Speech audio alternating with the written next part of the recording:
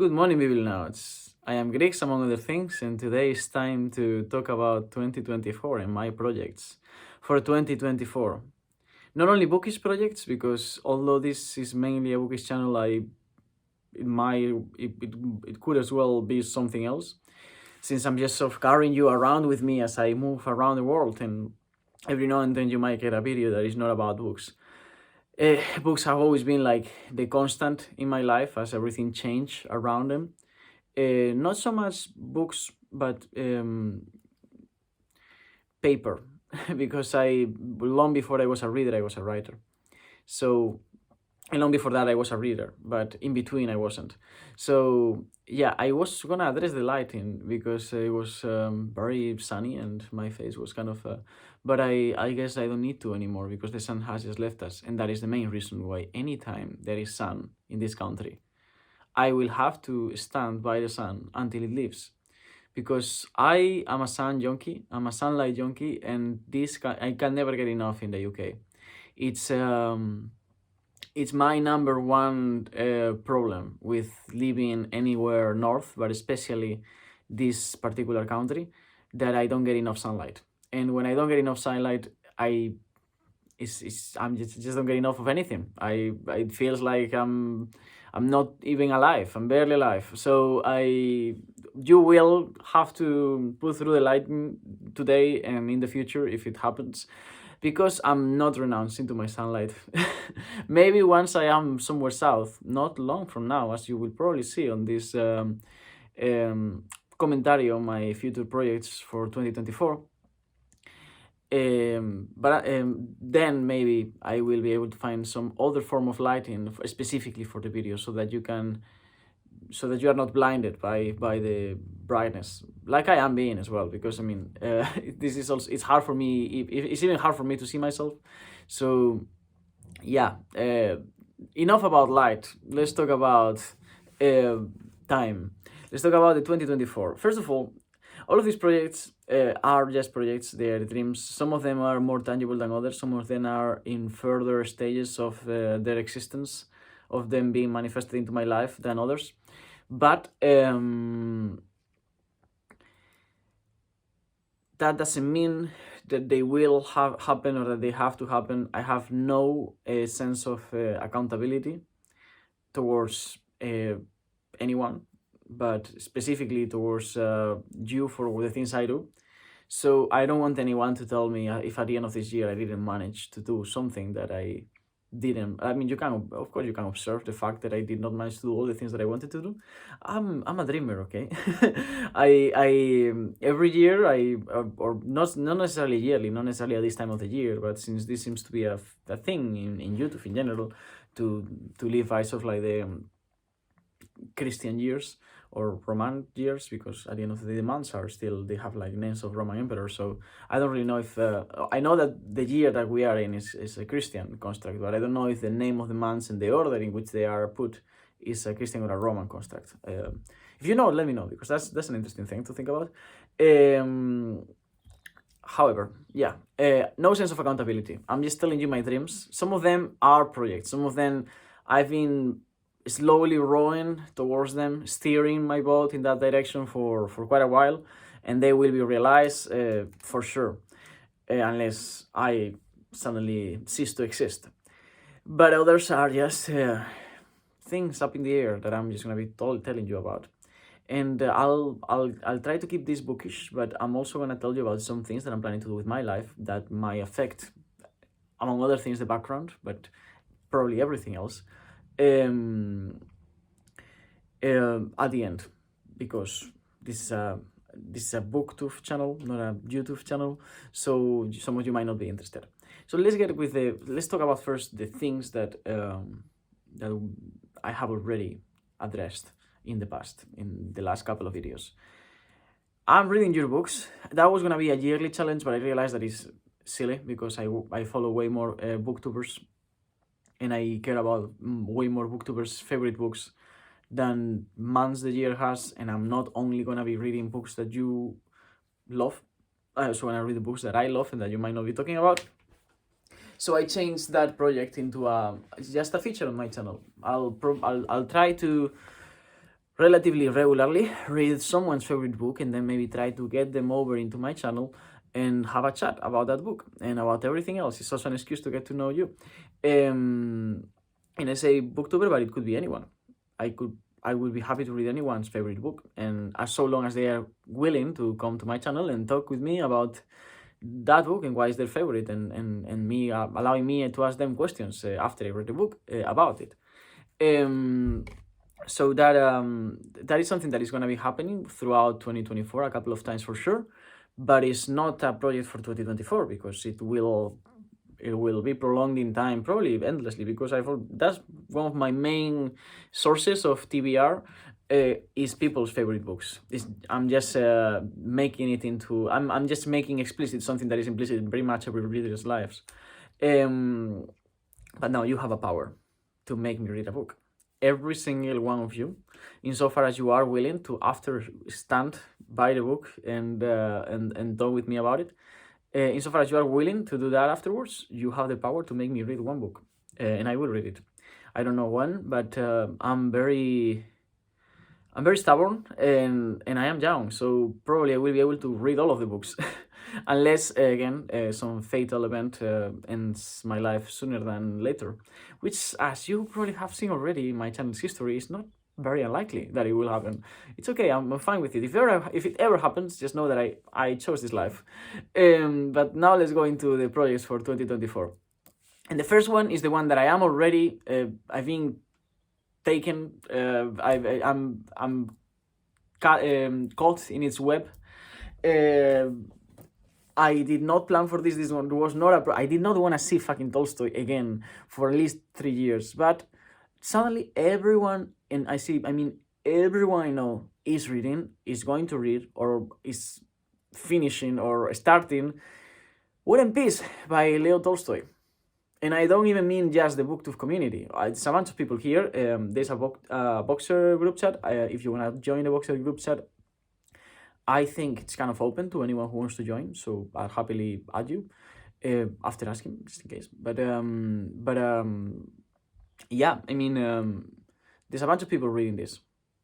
And Tolstoy is probably the author that I have read more books from, or more things from, not just books. So I feel like this might be a very conclusive experience for me into whether or not I like the book, whether or not I like Tolstoy, because I have, as you know, mixed feelings about him. I believe the best book that I have ever read, not my favorite book, not even close to my top 10, but the best book that I have ever read, I believe, is Anna Karenina from Tolstoy. And this might be, for all I know, this could become one of my favorite books. It's the last bullet that Tolstoy has to convince my current self that he is a great writer, author overall, rather than only partially and only in a very specific period of his life. So I'm just ready. I'm ready. I'm not biased again. I do have mixed feelings about Tolstoy, but I have started. I have started to read this today, and as soon as I finish this video, I will continue to read War and Peace, because I'm far behind everyone else. I want to at least read 100 pages today. Although I also have to read something else because university is also starting, and I happen to like the subjects that I'm studying this semester, so I'll probably do the readings, which I don't always do, the readings for class, because sometimes I'm busy doing my own readings, which are much more interesting because I choose them. But yeah, I am reading this along with many others. It would be cool to do like a group chat about it at some point, maybe when a bunch of people has finished it. I am far behind. I will do my best to be far ahead before the book is finished. But I don't know, because I have many other things going on, so this might take me even a month, or even a bit more than a month. In a normal situation where this was planned, I would have read this in 2 weeks, because especially with this kind of book, a novel that is sort of like immersive and everything, is something that normally I pick and I just read from dawn till dusk. But I happen to have to be reading and doing a bunch of other things. I'm also going to Spain in a few days. I just yeah, many things. So yeah, I don't know when I'm gonna finish this, but it's not gonna be more than, it's definitely gonna be finished at some point in February latest, and then I'll talk about it. Maybe I can even get some special guest to come here and talk about it with me.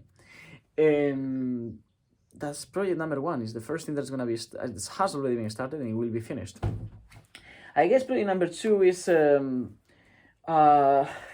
tangible example of my masochism. And I, as you know, I read this last year. Didn't get it. Didn't enjoy it. Didn't. I don't think I'm gonna enjoy it this time either.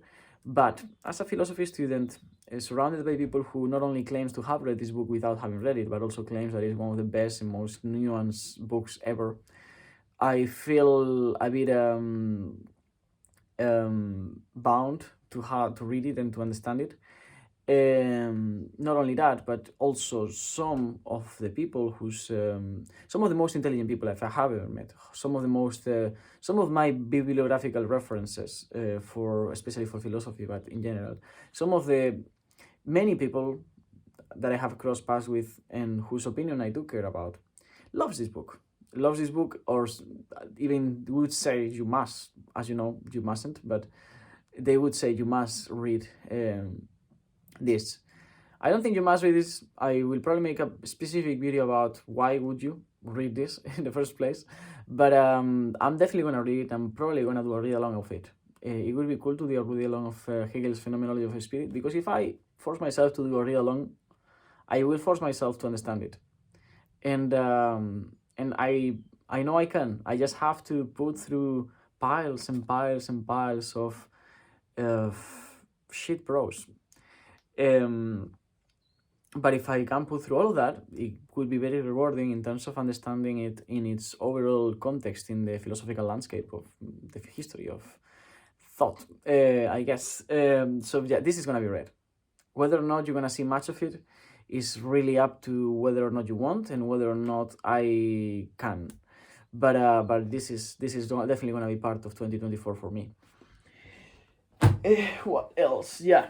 Now, this is kind of like the opposite to the previous one. This is also a difficult philosophy book, much more recent. This only came up a few years ago, and I am very excited to read it. I read The Myth of Disenchantment, and it happened to be my favorite book on the subject, and I really like Storm.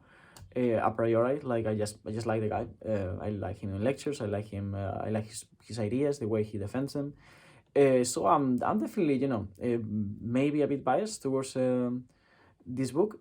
However, nothing that if I'm aware of it, I'm in control of it. So not a problem.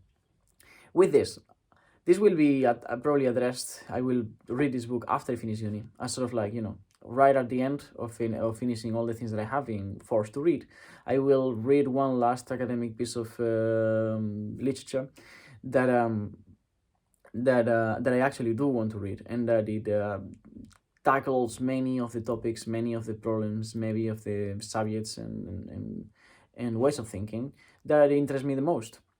And I can pretty much guarantee that I will do a read along of this, because I am gonna read it. I don't like the term close reading, because as opposed to what? As opposed to speed reading. And speed reading is not reading, not in the sense in which it's sold by coaches all over the non-reading circles. But yeah, close reading. I will read this and I will page by page and chapter by chapter talk about it in this channel. I'm pretty sure of that. Okay, now this is definitely. Well, before talking about more books, there's another project on the air. At this hour, I don't yet know in which way it's gonna be manifested, but we had an exchange of videos and opinions last year, me and Steve Donaghy, about philosophy and reading philosophy, and he wanted to find a cure for my passion for philosophy through getting me through a year of reading what he called good philosophy. I don't really know what that means, but I'm of course I'm up to read anything, read anything with Steve. And I don't yet know at this moment how that is gonna be manifested. But as soon as I do, or if by the time this video comes up, there is anything more clear about it, I will leave indications or maybe even a link to something in the description. Otherwise, you will have to wait and find out. But yeah, we're gonna be reading a book of philosophy every month of the year, starting I don't know when, but basically together and of course talking about it in this channel. That is I think that is going to happen. I don't know if we start in January. If I can prolong it a couple of months and start in March, and do only 10 books rather than 12. It would help because I have way too many projects at the beginning of the year, but that's something that we need to sort of figure out. If it does happen, it would be very interesting, and it would probably you would probably enjoy the rhetorical duel between the biggest hater and the biggest lover of the discipline, although I'm very self-aware of all the faults of philosophy. So yeah, that's another project for the year, is a long body read of 10 philosophical books, or 10 books of philosophy. Now, one more project related to reading. I'm not giving you a reading list. I maybe will, when I fly to Spain and I have access to all my books, maybe I'll put a pile of books behind me and give you a more specific list of books that I want to read this year, or I'll do a separate video for that. But I'm just saying the ones that will probably occupy a significant place on my reading life on this sort of first stage of the year, at least. But on top of those that I have been talking about until here, there is also one dream. I have a dream, and that dream is translating Annie Dillard's Pilgrim at Tinker Creek into Spanish language. As far as I know, there haven't been any translations, and if there have, at least not significant ones. This is not read in Spain, and I consider it to be a great book. And also, as a writer, in both languages, I think it would be very useful for me to translate a book. So I would like to begin a translation and probably have a manuscript of the first 10 pages or whatever it takes. I still don't know how this thing of translating books works, but as with everything else, I can make it happen. It just takes the time to sit down and figure out, do I need to translate 10 pages and then send it to the publishers to convince them to buy the rights for the book and then translate the rest of the book? Do I need to translate the whole book and then hope that someone will buy the rights? I don't know. If you know anything about this or about translation, please let me know, because this is something I'm actually going to attempt at this year. I'm going to try with this book because I would love to translate this book, also because she writes in a way very similar to the way in which I write in Spanish. So it would be very easy for me to translate this book to Spanish as opposed to other kinds of books. And I intend to translate many other books in my life. I think translating is, again, a very interesting way to a different perspective on reading and writing. And this would be a great place to begin. If this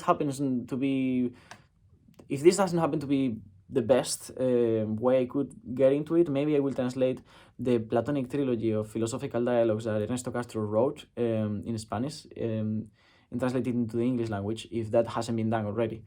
That's also something that I could do quite well, and it's not so difficult to translate dialogues as it is to translate prose.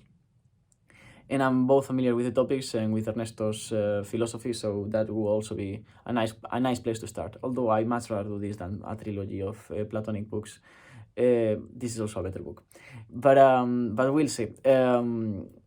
Translating a book in 2024, beginning the translation, doing the work, putting the work on my side, like writing the manuscript, writing to the publishers, is something I want to do in 2024. Whether or not that ever comes to anything, whether or not anyone is actually interested in this, that's up to the universe to decide. But I will do my best, and then I can say that I tried. So yeah, that's a dream. That's a dream for 2024. That's something I would really love to do. Now, I would like at some point in 2024 to choose a month, probably in autumn, because it's when I foresee more free time, or late summer, October, and read everything from one author. At the moment, the two authors that I am most interested in reading everything from is Virginia Woolf and Ursula K. Le Guin. I will happily change my mind 20 times before then, and then fall back into the first choice. Leave Ithaca and come back to Ithaca and read either Ursula K. Le Guin or Virginia Woolf. I mean, I would probably read books from both of them throughout the year, but I would like to do an intensive, immersive read, and kind of like keep that as a habit for the years to come, of dedicating a whole month to an immersive experience in one author's cosmology. And I am probably going to choose one of them too. So that's another project, another thing, another dream for this year. Let me know, if you were to choose an author, which one would you choose and why? And of these two authors, which one are you more interested in seeing me read and talk about every single thing that I can get my hands on that they wrote? What else? NaNoWriMo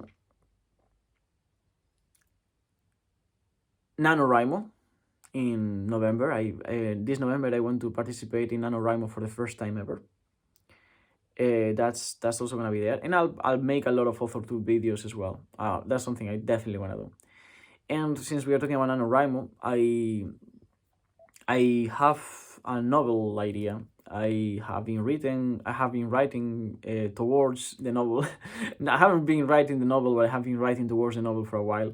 Then I was in Scotland and I started writing the novel, and I had some of the best. It was perfect. I was basically, I took one character that it was gonna have its own place in the story, and I started developing the character and scenes with the character and everything. Um, I cannot tell you much else at the moment, but I basically lost that because my life was threatened, and I was running at night through snow and muddy fields and frozen lakes and and quicksand, and I lost the book. I lost the notebook, a notebook I had, just like, oh no, I don't have to go, no, just a notebook with like 100 pages that I had, and that I had written cover to cover, or almost, and in which I had a lot of what this novel was gonna be.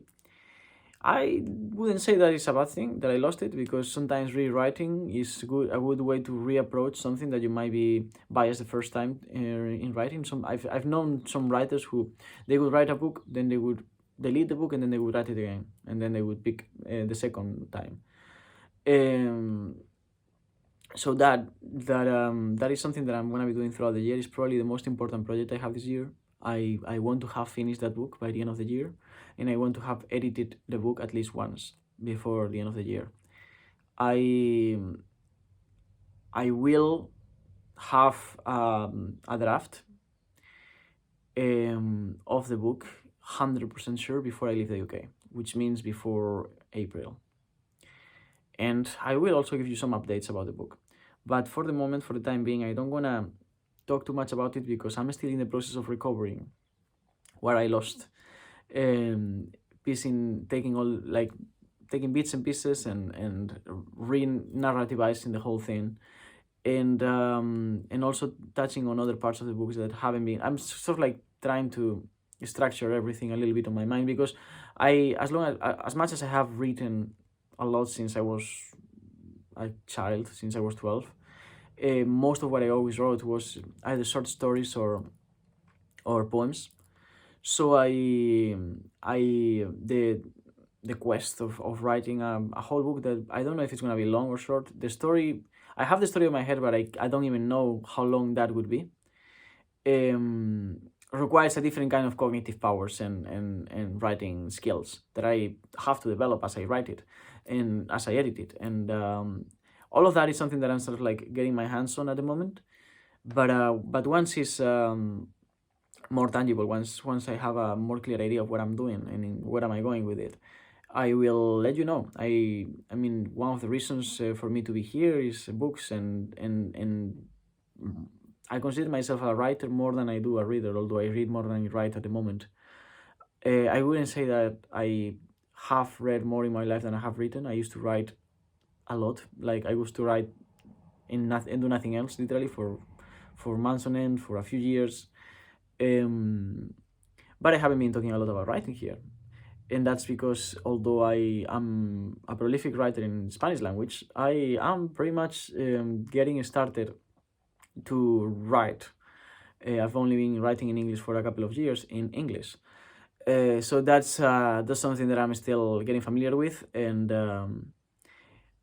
as much as I am much better at expressing myself in writing than in speaking, I still have my limitations with this language, and I'm aware of them, and I'm tackling those problems and seeing in which ways can I improve that. So yeah, I'll let you know, because this book that I am writing, it's on the English language, as you probably guessed by now, and it's my most important project of the year by far. So that's the novel. Those are all my bookish projects that I am willing to admit I have this year. So what are my non-bookish projects? I cannot talk about every single one of them because they are endless and too many, and I also don't want to be too specific. But before I was student, before I was a reader, I lived a whole life. I lived a lifetime of things that I did. In a few years, I spent half a decade working and traveling and living as a scuba diving instructor, as a dive master, as a cave diving guide, as a bull shark diver, as a tech diver. I've done all kinds of diving, pretty much, of recreational diving and technical diving, but not except for specific things that I haven't yet tried, like rebreathers, for example, is a kind of diving that I haven't done yet. But basically, all to do with diving. That's all I would do. I would spend literally half of my day every day in the ocean, under the water. And that is my profession of all the jobs that I have had. And I have had many, many, many jobs. Too many for someone my age. I just turned 26 a few months ago. And I am, in terms of experience, I feel like I am much older. Although in terms of will to live, I am much younger. So I feel like I'm 90 and 9 years old at the same time. And when it comes to diving, when I think of that, it really feels like it was a lifetime that I took before coming to university. I never planned to come to university. Circumstances made me. But now I'm done with that, which means that I can go back to do the thing I love, which is not necessarily scuba diving, but just being out there, being in the world, traveling, being in the ocean, being in contact with nature, meeting people, doing crazy things, and preparing expeditions that are way too ambitious and dangerous, and that most people doesn't do. My father used to jokingly call me Marco Polo, and I think there is some truth to that. Some of the things I have done are not the kind of thing that you would hear any normal person say that they do, especially someone who doesn't have a bunch of like a whole crew and the best equipment or the best gear. Some of the places I have been on, people goes and does the things I have done with gear that is 10 times more expensive, and crew and people pulling from them. And I have done those things by myself and sometimes pulling from other people. So I would say that, I'm an explorer. That's something that I am. And at some point in 2024, I am gonna go back into that part of my nature in two different ways. One of those two ways is I am going back into working as a scuba diving instructor in the high season somewhere in the Mediterranean Sea, probably. Most likely Croatia, because I have an old friend there for whom I already worked in the past, and he wants me to not only work as scuba diving instructor, but also be the captain on his boat and just be driving the boat around. I much rather do the boat driving because I've been doing my sailing license the last couple of years, And because I plan to live on a sailboat and travel the world like that in the future, and I I definitely need the miles for continuing to progress in that direction. And because if I am just driving the boat while everyone is under the water diving, I can be reading, which was kind of a problem in the past when I was in his diving center, because I pretty much started reading when I was working in that diving center in the past. And that meant that every single break I had, every single moment in which we didn't have a client around, I was reading a book. And he was fine with it, but his colleague, which they were two owners, wasn't very happy about it. His colleague is no longer there; he's no longer alive. So yeah, I guess I can read more now. As horrible as that sounds. So yeah, I mean, like I am gonna be going to the Mediterranean. That sounds horrible, but it's true. I'm just gonna get to read more because I'm just going there to drive the boat and to dive and to be around people that I like and in a nice place. Regain my skills, because as good and proficient and skillful as I was as a scuba diver, which I was, I had the best. I was the best diver of my generation. We were when I was examined as a scuba diving instructor. Only me and three more people had the highest possible grade on their exams, both practical and theoretical. And there were 100 and something people that were being examined that day. And yeah, I really would like to recover that. When you become so good at something, it just feels different. It's like not only like a language, but also a language that you have absolute control over. Yeah, I am very excited to do that. I'm getting misty eyed thinking of the past, as if I were some 90-year-old. As I said, I partially am. But yeah, that's something that I'm planning to do. Also, as I said, I am an explorer, so on top of that, with the money I might make on over there, I'm also probably gonna do some significant trip.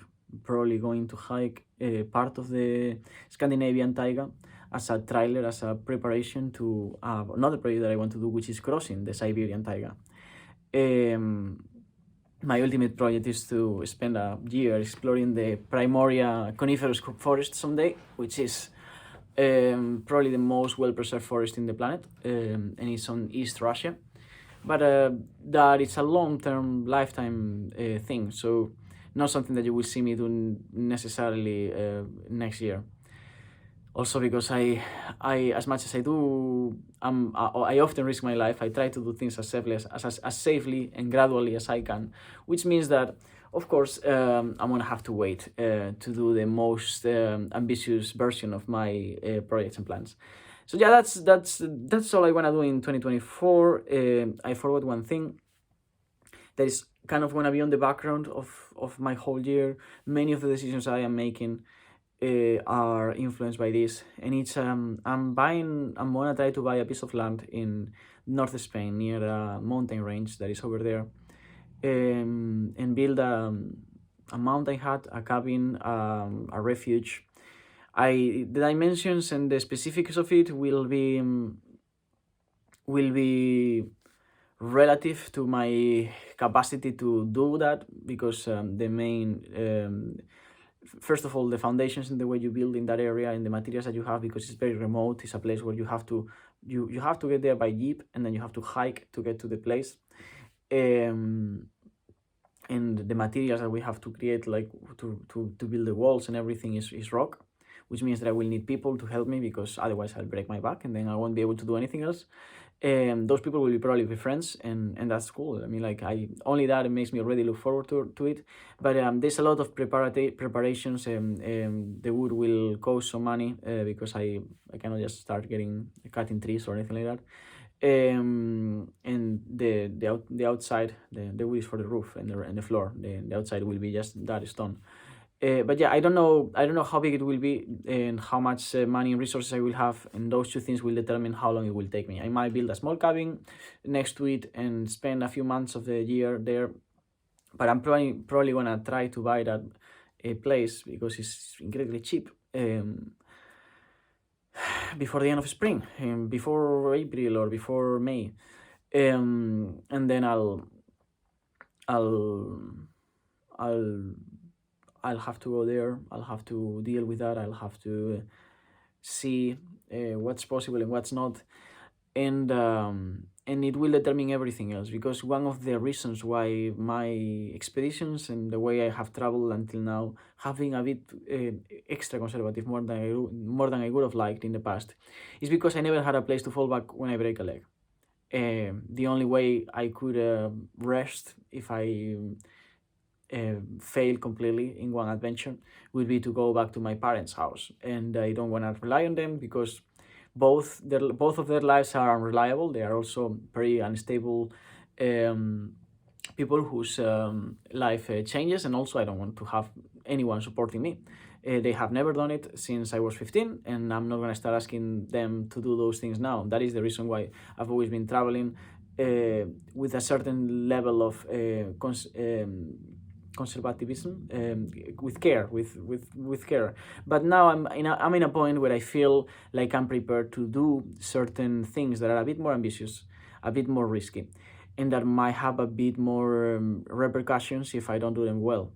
Which means that I would like to have a place of my own in which, if I fail, if I spend all my savings on a sailboat, I try to cross the Atlantic and it capsizes, and I get terribly sick and I need to go back to Spain and rest for a year, I have a place in which I can do that. That is my own, in which I can have my books and everything, and no one will tell me anything in terms of what I'm supposed to be doing or where I'm supposed to be or anything like that. I also won't have to be counting on whether or not someone will be or will not be available for me when I need it. So it's a near survival point, also rest. Because I move so much and my financial, I'm completely in charge of my finances since I was 15, as I said.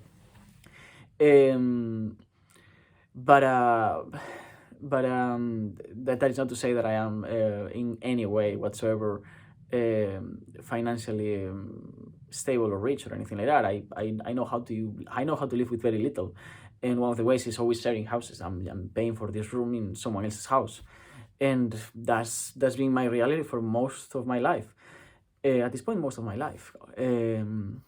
So yeah, I am kind of tired of that. I'm kind of tired of having to make concessions and deal with politics inside my own household.